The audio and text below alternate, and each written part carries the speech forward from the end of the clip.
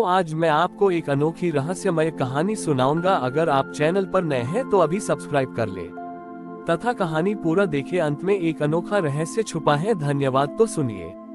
कैलाश पर्वत की छांव में एक सुंदर प्रतिष्ठापुर नामक गांव था। इस गांव की समस्या थी अति महत्वाकांक्षा। गांव के हर निवासी को लगता था कि उसकी सेवा, उसकी तपस्या या उसका कार्य सबसे बड़ा और सबसे अधिक प्रशंसनीय होना चाहिए। वे लगातार इस बात पर बहस करते रहते थे कि कौन सबसे अधिक पूजनीय है, और इस होड़ में वे अपने वास्तविक कार्यों को उपेक्षित कर रहे थे। पुजारी अपनी पूजा को सबसे श्रेष्ठ मानते थे, किसान अपनी फसल को सबसे महत्वपूर्ण बताते थे, और शिक्षक अपने ज्ञान को सबसे ऊंचा मानते थे।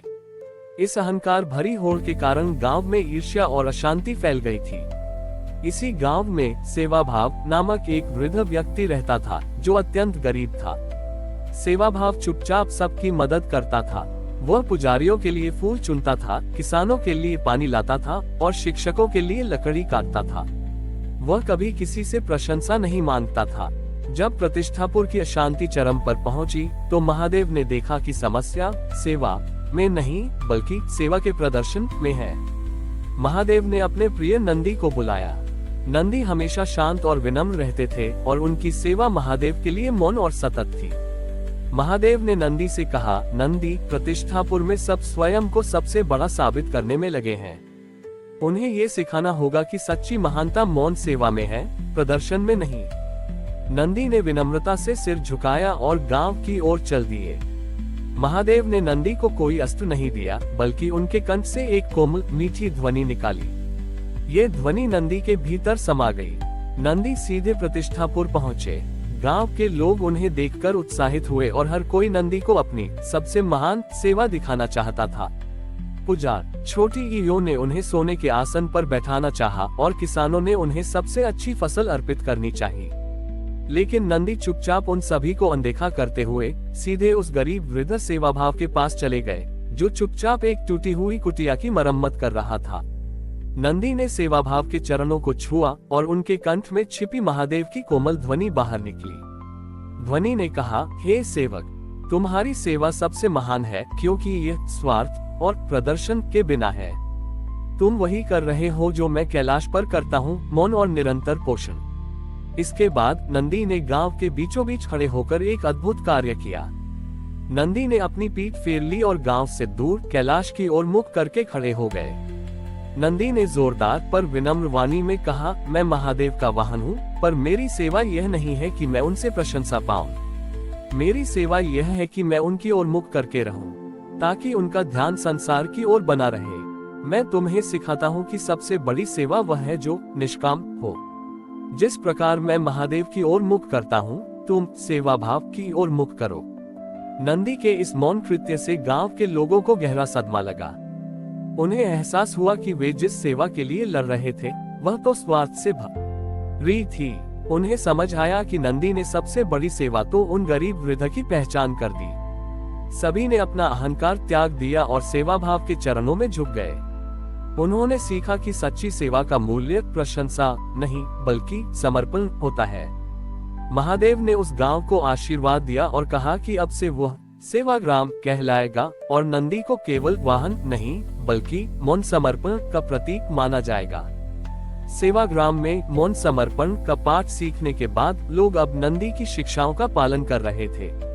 वे एक दूसरे की मदद करते थे और उनकी सेवा का एकमात्र उद्देश्य आवश्यकता को पूरा करना था, न कि प्रशंसा प्राप्त करना। वृद्ध सेवा भाव गांव के मौन गुरु बन गए थे। सेवाग्राम का नया संकट, सीमाओं का अतिक्रमण। सेवाग्राम की यह निष्काम सेवा की ख्याति दूर दूर तक फैल गई। लेकिन इसी सेवा भाव के कारण एक नया संकट उत्पन्न हुआ, सीमाओं का अतिक्रमण। चूंकि सभी लोग बिना किसी स्वार्थ के सेवा कर रहे थे, वे दूसरे के काम में बहुत अधिक हस्तक्षेप करने लगे। किसान अपनी निष्काम भावना के कारण पड़ोसी के खेत में जाकर ऐसे बीज बो देते थे जो पड़ोसी को पसंद नहीं थे।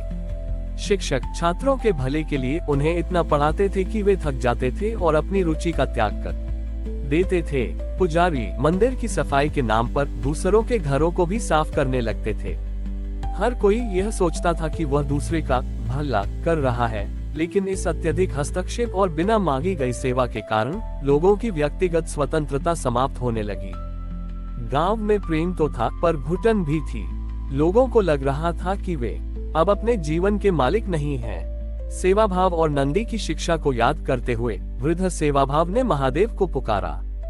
महादेव ने देखा कि समस्या सेवा में नहीं बल्कि व्यक्तिगत सम्मान के अभाव में है। महादेव ने नंदी से कहा, नंदी, उन्हें ये सिखाना होगा कि मौन सेवा का अर्थ ये भी है कि तुम दूसरे की सीमाओं का सम्मान करो। हर सेवा मांग पर और स्वीकृति के साथ होनी चाहिए। इस बार महादेव ने नंदी को सेवा घंटी नामक एक छोटी सी घंटी दी। ये घंटी धातु की नहीं बल्कि विनम्रता की ध्वनि से बनी थी। नंदी सेवाग्राम पहुंचे। उन्होंने देखा कि गांव में चारों ओर बेचैनी है। नंदी ने सेवा घंटी को वृद्ध सेवाभाव को सौंपते हुए कहा, ये घंटी स्वीकृति का प्रतीक है। तुम इस गांव के हर व्यक्ति को सिखाओ कि सेवा तभी करो जब ये घंटी बजे। घंटी की यह ध्वनि मांग और स्वीकृति को दर्शाती है।